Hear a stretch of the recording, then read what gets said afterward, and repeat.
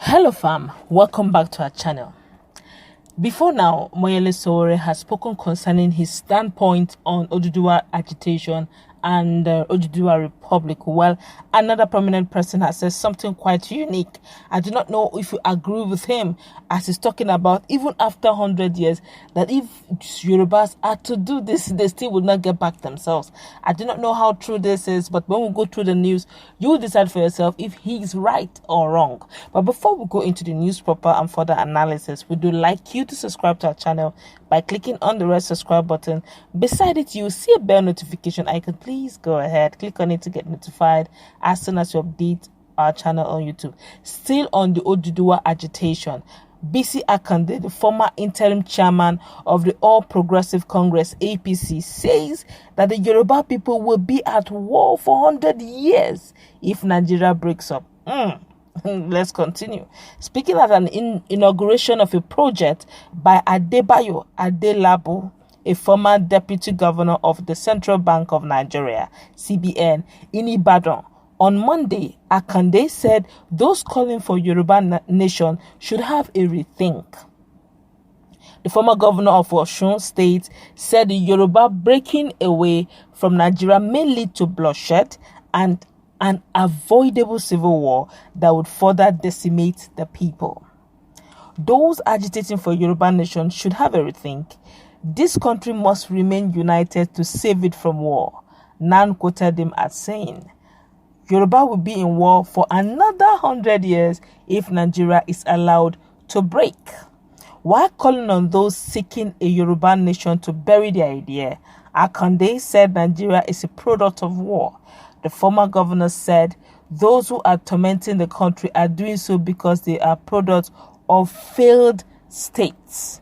Those tormenting Nigeria are doing so because they are products of failed states. It is a difficult task to stop crimes, particularly in a corrupt society, he said. Now that some Nigerians are talking about breaking because of difficulties, they didn't know that a man who cannot endure will collapse and die.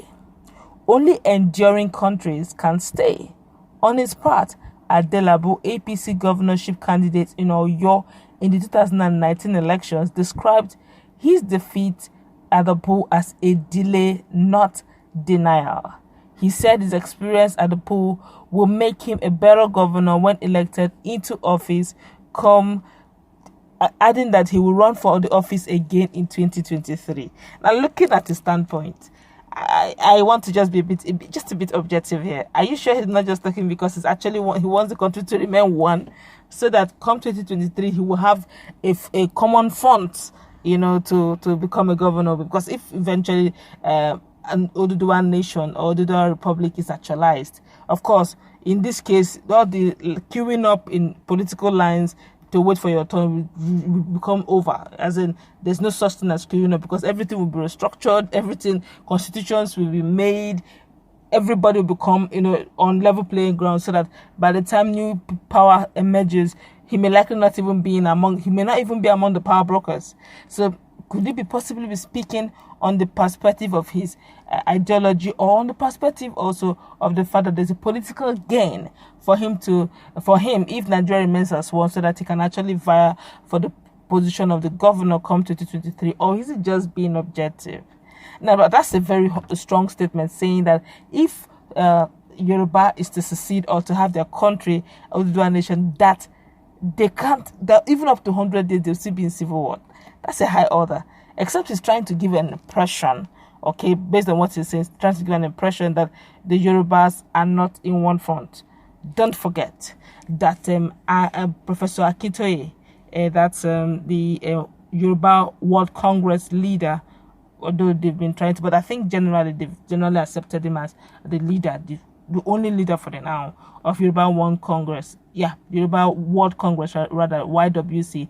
He said he's looking at a situation where they will likely, or they would actualize Oduduwa Republic without bloodshed. Okay, while everybody will call, I'm of the opinion every tribe have their strengths and their weaknesses, that we know. But one of the great strengths of the Oduduwa people is that they are very peace loving. Yes, they are actually very go try staying in some of their states. I'm talking about Southwest. You enjoy that state, as you enjoy your place. They are very accommodating, very, very accommodating. They go there in different ways, different businesses. They allow you to feel comfortable in their home. Okay, now saying that they will be at war for 100 years, he didn't actually specify why he said what he said. Because if not, I will actually beg to differ. I beg to disagree. Because if you're saying they should stay together and said it was difficult a country to, or difficult state to govern a state that is a failed state and all that, agreed. But is it now better if he's saying that we should all stay together? What is the solution to insecurity? Is there any modalities put in place? Of course, thank God for security or outfit like Hamotekun. But other than that, looking at the lopsided way appointments are being made, you can imagine the information reaching. In fact, it was online everywhere. Everywhere that there's this secret recruitment that was going on, where about 500 and something thereabout from North. Why about 93 or so, or 95 is from the whole of the South. You just begin to see the lopsided way appointments are being made. Does it dignify, or does it look like it looks like one Nigeria? Are all tribes fully represented? If this kind of lopsided and one-sided appointment continues, there is no way the other tribes will agitate and ask for either some sort of restructuring or referendum. Looking at the way things are going on, if you check, the North seem to be getting good structures in these few days. You begin to see like Katsina is going to have a Daura University, and a railway train is already moving into Daura, and the North are generally they're beginning to enjoy some benefit. I hope there's also same in other regions, so that eventually if there's restructuring, all regions are well equipped for the restructuring. But let's see what Nigerians are saying concerning this matter. This one here is saying a failed union is a failed union. Nigeria is a failed state. Hence, it's important that we redefine our nationhood. Yoruba, like other ethnic nationalities, are at war within themselves and others. However, a certain group of fugitives from Futa Jalon are now waging a war of total annihilation and domination against all of us.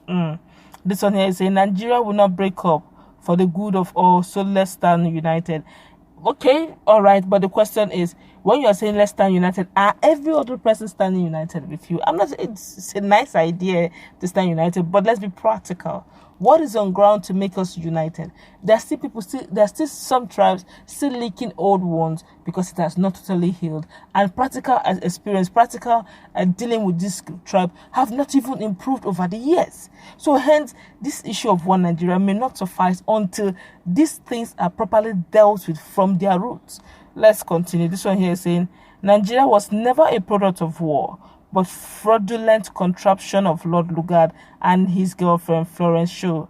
Nigeria fought war and is fighting war within itself because of a lot of factors. So you can't save a nation that is perpetually at war with itself because of irreconcilable differences.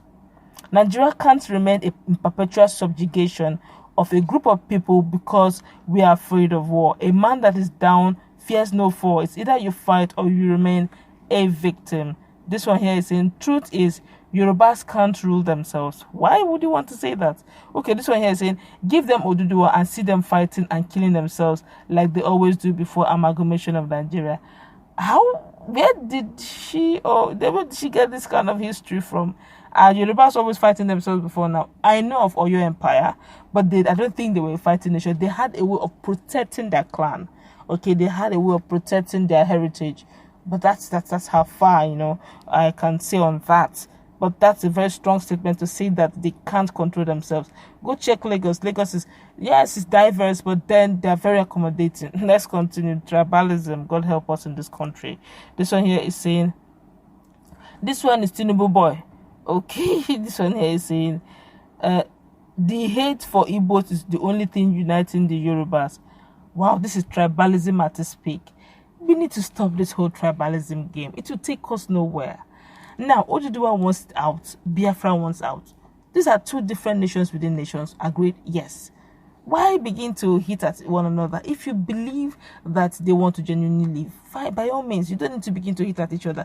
Or else it will continue like this. within, you can imagine, even within Nigeria, we still have not cemented our law. Because that's what we're going to wrap it up. What's your take on what this young man is saying, that even in 100 years' time, if Oduduwa nation is actualized, Yoruba will still be at war within themselves? Let's interact. Do you agree with him? I, for one, I totally disagree. But I don't know about you. That's just my personal opinion. What do you think? Let's interact in the comment section. Don't forget to like, share, and subscribe to our channel. Stay tuned for more videos.